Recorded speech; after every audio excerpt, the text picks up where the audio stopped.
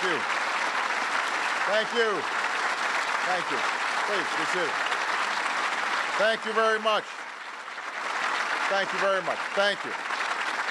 Well, thank you so much for the wonderful welcome to President Cicerone. Thank you very much for your leadership and for hosting us today. To John Holdren, thanks, John, for the outstanding work that you are doing. I was just informed backstage that Ralph and John both are 1965 graduates of MIT, same class. And so I'm not sure this is the perfectly prescribed scientific method, but there's sort of a control group. Who ages faster, the president's science advisor or the president of the academy? And we'll check in a couple of years. But it is wonderful to see them, to all of you, to my cabinet secretaries and team who are here. Thank you. It is a great privilege to address the distinguished members of the National Academy of Sciences, as well as the leaders of the National Academy of Engineering and the Institute of Medicine who have gathered here this morning. And I'd like to begin today with a story of a previous visitor who also addressed this august body. In April of 1921, Albert Einstein visited the United States for the first time, and his international credibility was growing as scientists around the world began to understand and accept the vast implications of his theories of special and general relativity. And he attended this annual meeting, and after sitting through a series of long speeches by others, he reportedly said, "I have just got a new theory of eternity."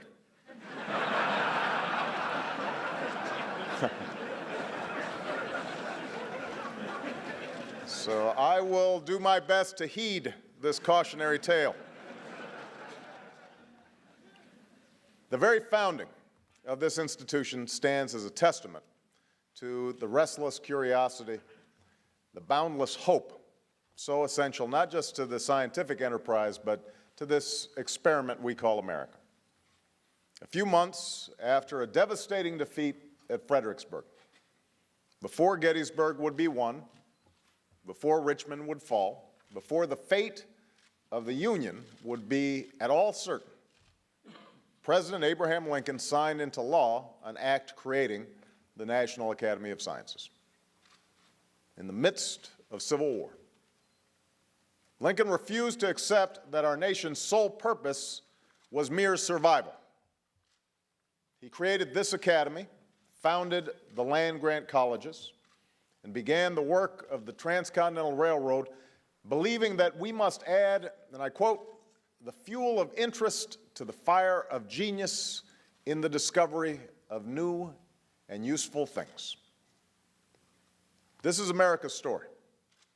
Even in the hardest times, against the toughest odds, we've never given in to pessimism. We've never surrendered our fates to chance. We have endured, we have worked hard, we've sought out new frontiers. Today, of course, we face more complex challenges than we have ever faced before. A medical system that holds the promise of unlocking new cures and treatments attached to a healthcare system that holds the potential for bankruptcy to families and businesses. A system of energy that powers our economy, but simultaneously endangers our planet. Threats to our security that seek to exploit the very interconnectedness and openness so essential to our prosperity. And challenges in a global marketplace which links the derivative trader on Wall Street to the homeowner on Main Street, the office worker in America to the factory worker in China, a marketplace in which we all share an opportunity but also in crisis. At such a difficult moment, there are those who say we cannot afford to invest in science, that support for research is somehow a luxury at moments defined by necessities. I fundamentally disagree.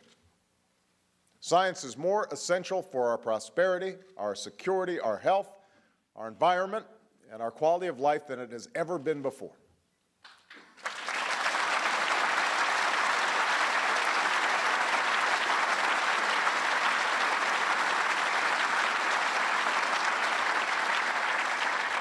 And if there was ever a day that reminded us of our shared stake in science and research, it's today.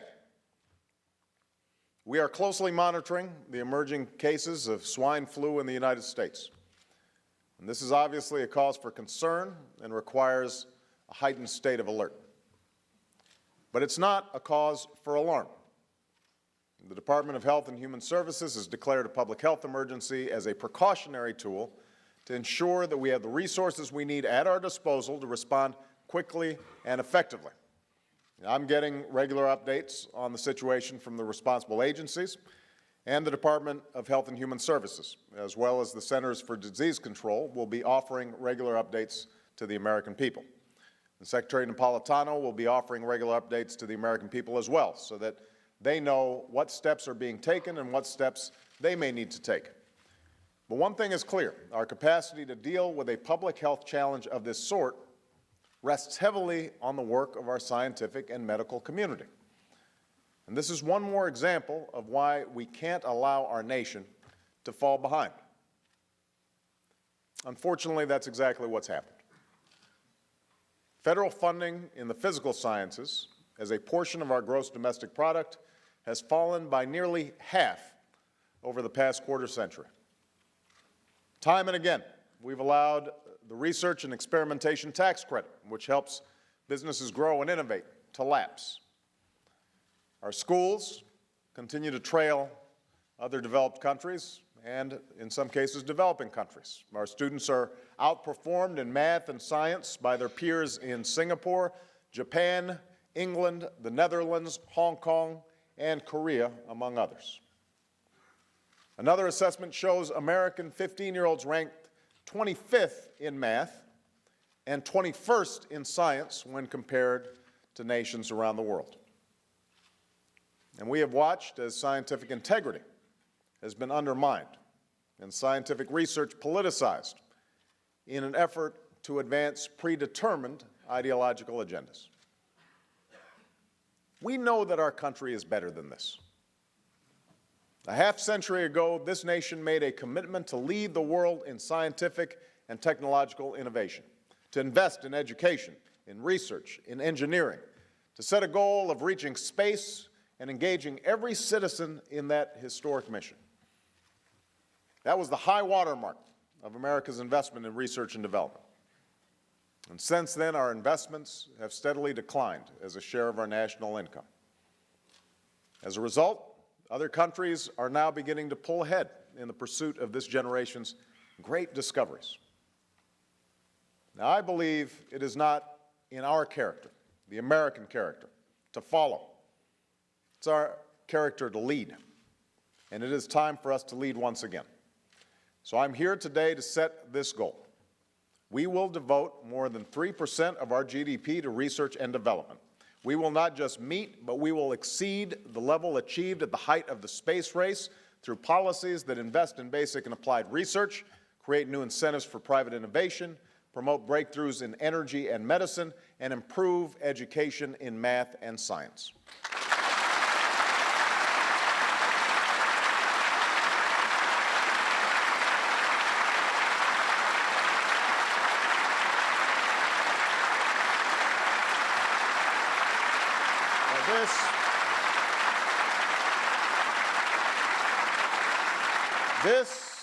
This represents the largest commitment to scientific research and innovation in American history.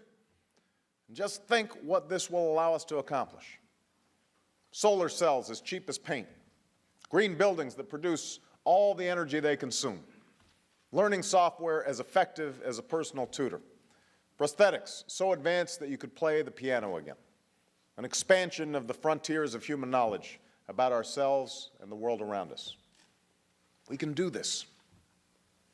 The pursuit of discovery half a century ago fueled our prosperity and our success as a nation in the half-century that followed. The commitment I am making today will fuel our success for another 50 years. That's how we will ensure that our children and their children will look back on this generation's work as that which defined the progress and delivered the prosperity of the 21st century. Now, this work begins with a historic commitment to basic science and applied research, from the labs of renowned universities to the proving grounds of innovative companies.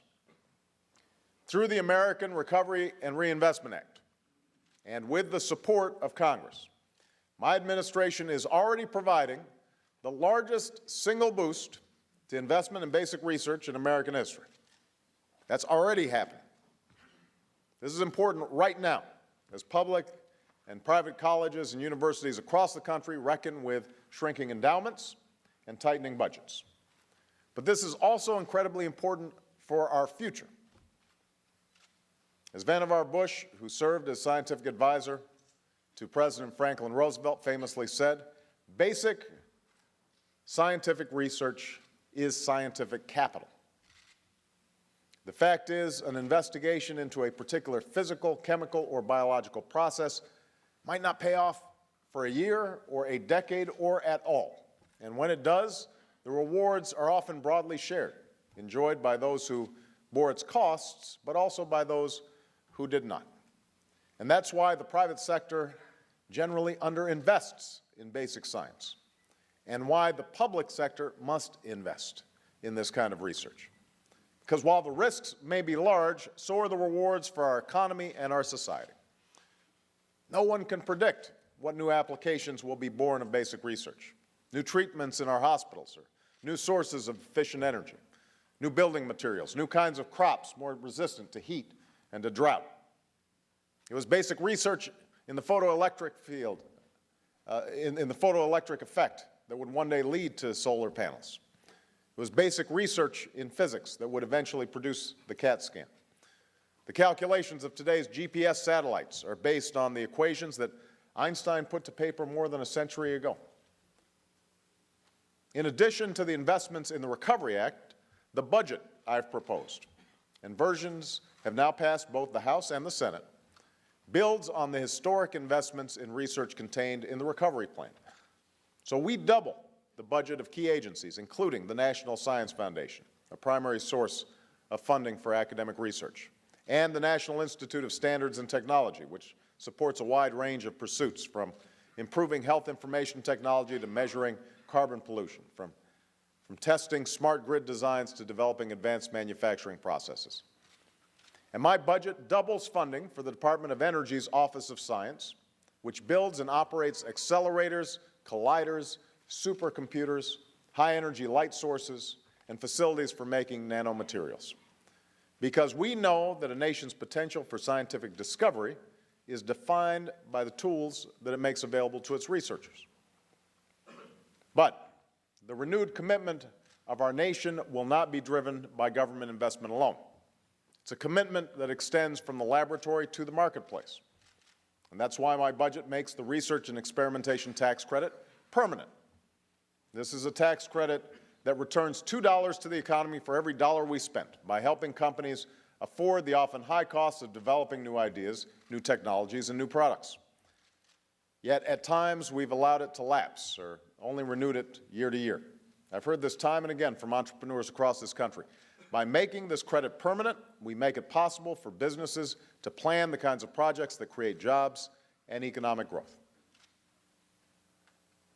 Second, in no area will innovation be more important than in the development of new technologies to produce, use, and save energy, which is why my administration has made an unprecedented commitment to developing a 21st century clean energy economy, and why we put a scientist in charge of the Department of Energy.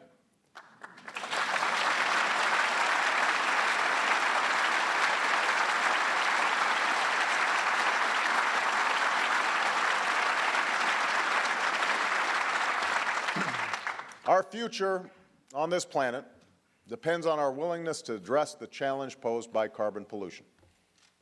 And our future as a nation depends upon our willingness to embrace this challenge as an opportunity to lead the world in pursuit of new discovery. You know, when the Soviet Union launched Sputnik a little more than a half century ago, Americans were stunned. The Russians had beaten us to space, and we had to make a choice. We could accept defeat, or we could accept the challenge. And as always, we chose to accept the challenge. President Eisenhower signed legislation to create NASA and to invest in science and math education from grade school to graduate school.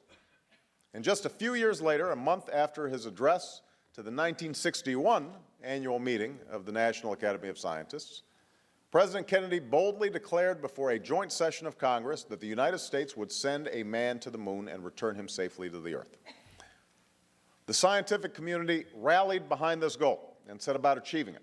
And it would not only lead to those first steps on the moon, it would lead to giant leaps in our understanding here at home.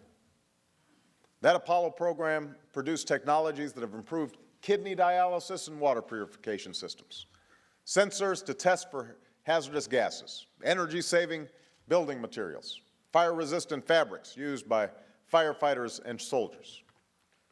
More broadly, the enormous investment in that era in science and technology, in education and research funding, produced a great outpouring of curiosity and creativity, the benefits of which have been incalculable. There are those of you in this audience who became scientists because of that commitment. We have to replicate that. There will be no single Sputnik moment for this generation's challenges to break our dependence on fossil fuels. In many ways, this makes the challenge even tougher to solve and makes it all the more important to keep our eyes fixed on the work ahead. But energy is our great project, this generation's great project. And that's why I've set a goal for our nation that we will reduce our carbon pollution by more than 80% by 2050. And that is why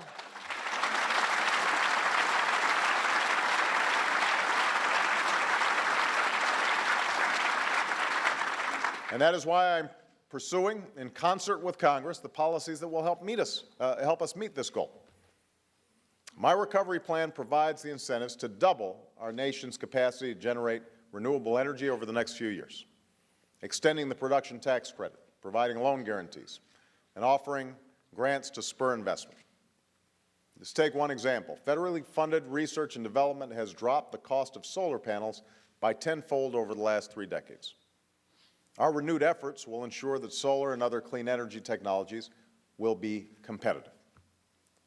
My budget includes $150 billion over 10 years to invest in sources of renewable energy as well as energy efficiency. It supports efforts at NASA, recommended as a priority by the National Research Council, to develop new space-based capabilities to help us better understand our changing climate.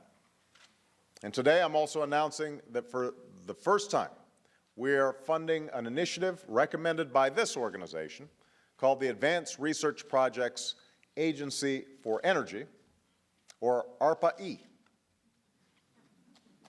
And this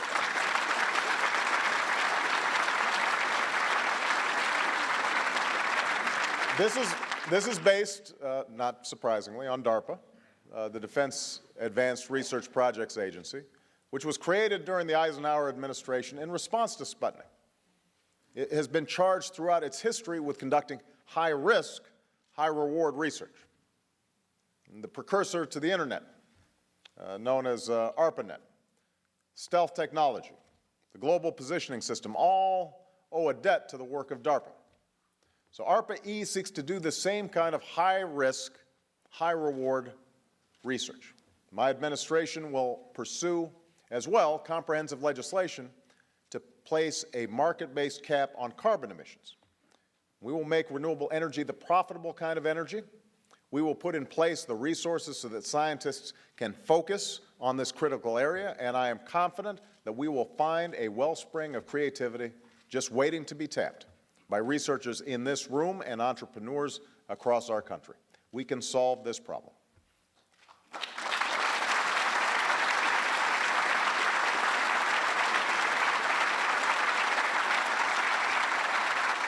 Now, the nation that leads the world in 21st century clean energy will be the nation that leads in the 21st century global economy. I believe America can and must be that nation. But in order to lead in the global economy and to ensure that our businesses can grow and innovate and our families can thrive, we're also going to have to address the shortcomings of our healthcare system. The Recovery Act will support the long overdue step of computerizing America's medical records to reduce the duplication, waste, and errors that cost billions of dollars and thousands of lives. But it's important to note, these records also hold the potential of offering patients the chance to be more active participants in the prevention and treatment of their diseases. We must maintain patient control over these records and respect their privacy. At the same time, we have the opportunity to offer billions and billions of anonymous data points to medical researchers who may find in this information evidence that can help us better understand disease. History also teaches us the greatest advances in medicine have come from scientific breakthroughs, whether the discovery of antibiotics or improved public health practices, vaccines for smallpox and polio and many other infectious diseases, antiretroviral drugs that can return AIDS patients to productive lives, pills that can control certain types of blood cancers, so many others. Because of recent progress, not just in biology, genetics, and medicine, but also in physics, chemistry, computer science, and engineering, we have the potential to make enormous progress against diseases in the coming decades. And that's why my administration is committed to increasing funding for the National Institutes of Health, including $6 billion to support cancer research, part of a sustained multi-year plan to double cancer research in our country.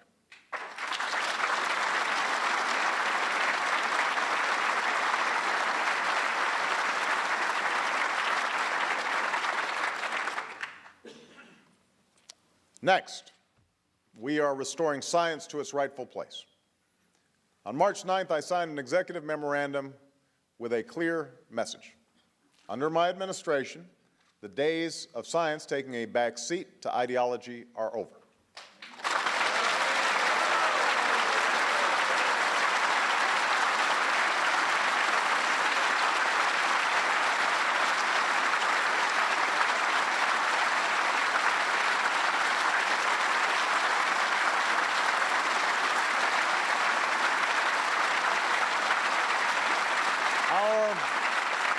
Our progress as a nation and our values as a nation are rooted in free and open inquiry.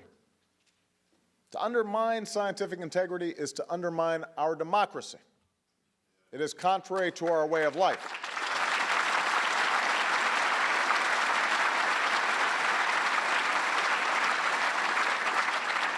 That's why I've charged John Holdren and the White House Office of Science and Technology Policy with leading a new effort to ensure that federal policies are based on the best and most unbiased scientific information.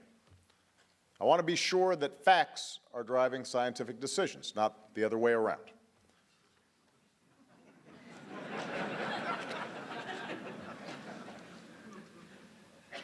As part of this effort, we've already launched a website that allows individuals to not only make recommendations to achieve this goal, but to collaborate on those recommendations. It's a small step, but one that's creating a more transparent, participatory, and democratic government. We also need to engage the scientific community directly in the work of public policy, and that's why today I am announcing the appointment. We are filling out the President's Council of Advisors on Science and Technology, known as PCAST, and I intend to work with them closely.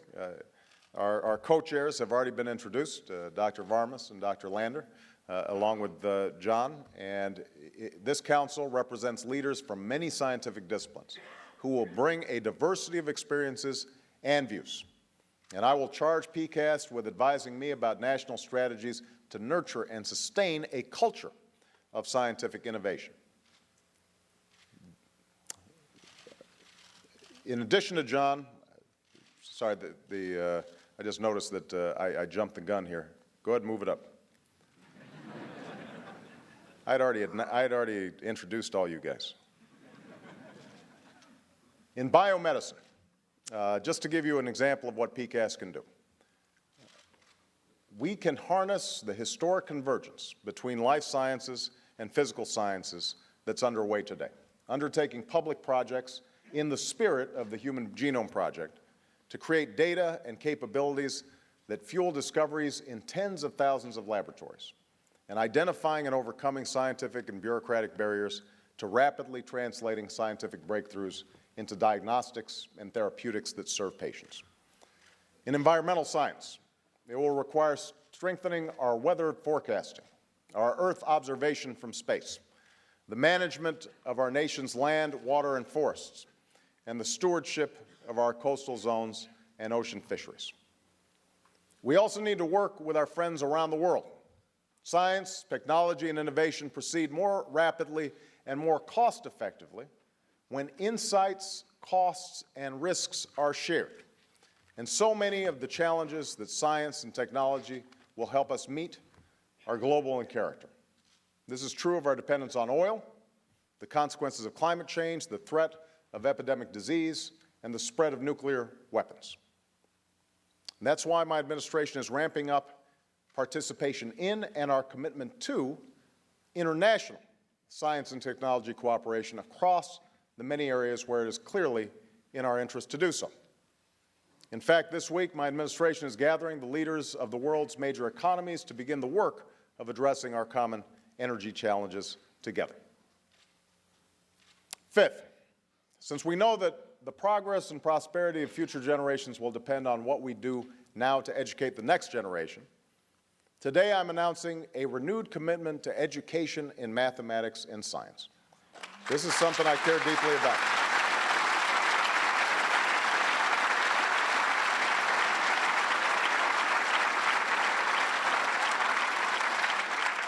Through this commitment, American students will move from the middle to the top of the pack in science and math over the next decade. For we know that the nation that out-educates us today will outcompete us tomorrow. And I don't intend to have us out-educated. We can't start soon enough. We know that the quality of math and science teachers is the single most influential factor in determining whether a student will succeed or fail in these subjects. Yet in high school, more than 20% of students in math and more than 60% of students in chemistry and physics are taught by teachers without expertise in these fields. And this problem is only going to get worse. There is a projected shortfall of more than 280,000 math and science teachers across the country by 2015. And that's why I'm announcing today that states making strong commitments and progress in math and science education will be eligible to compete later this fall for additional funds under the Secretary of Education's $5 billion Race to the Top program. And I'm challenging states to dramatically improve achievement in math and science by raising standards, modernizing science labs, upgrading curriculum, and forging partnerships to improve the use of science and technology in our classrooms.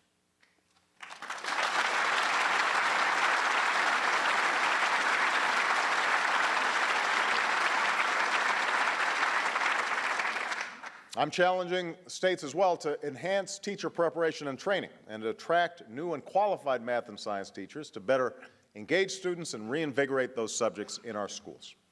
And in this endeavor, we will work to support inventive approaches. Let's create systems that retain and reward effective teachers, and let's create new pathways for experienced professionals to go into the classroom.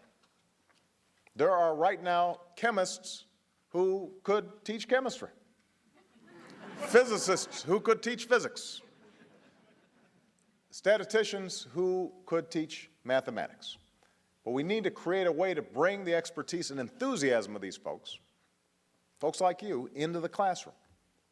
There are states, for example, doing innovative work. I'm pleased to announce that Governor Ed Rendell of Pennsylvania will lead an effort with the National Governors Association to increase the number of states that are making science, technology, engineering, and mathematics education a top priority. 6 states are currently participating in the initiative, including Pennsylvania, which has launched an effective program to ensure that The state has the skilled workforce in place to draw the jobs of the 21st century, and I want every state, all 50 states, to participate. But as you know, our work does not end with a high school diploma. For decades, we led the world in educational attainment, and as a consequence, we led the world in economic growth. The GI Bill, for example, helped send a generation to college. But in this new economy, we've come to trail other nations in graduation rates, in educational achievement, and in the production of scientists and engineers. That's why my administration has set a goal that will greatly enhance our ability to compete for the high-wage, high-tech jobs of the future and to foster the next generation of scientists and engineers. In the next decade, by 2020, America will once again have the highest proportion of college graduates in the world. That is a goal that we are going to set. And we've provided tax credits and grants to make a college education more affordable. My budget also triples the number of National Science Foundation graduate research fellowships. And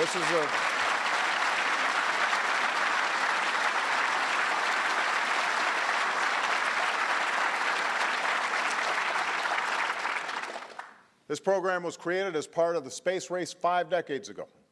And in the decades since, it's remained largely the same size, even as the number of students who seek these fellowships has skyrocketed. We ought to be supporting these young people who are pursuing scientific careers, not putting obstacles in their path.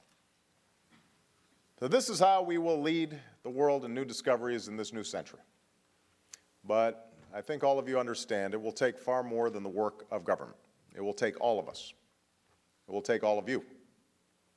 And so today I want to challenge you to use your love and knowledge of science to spark the same sense of wonder and excitement in a new generation.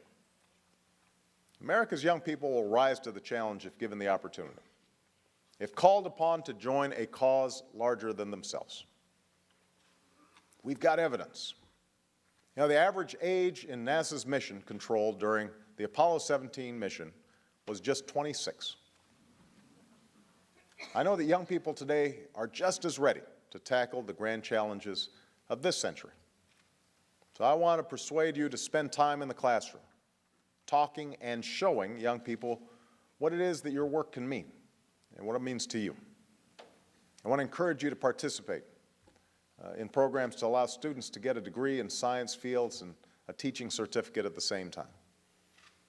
I want us all to think about new and creative ways to engage young people in science and engineering, whether it's science festivals, robotic competitions, fairs that encourage young people to create and build and invent, to be makers of things, not just consumers of things.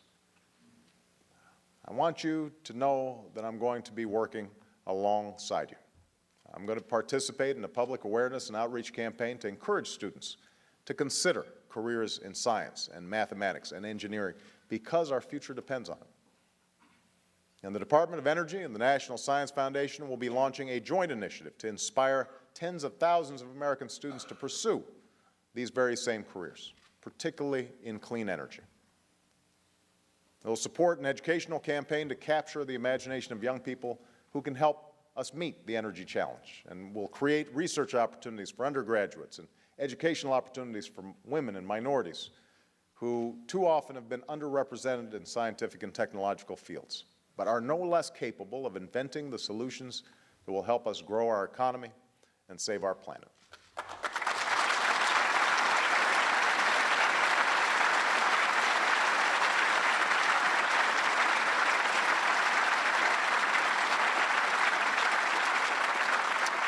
And it will support fellowships and interdisciplinary graduate programs and partnerships between academic institutions and innovative companies to prepare a generation of Americans to meet this generational challenge.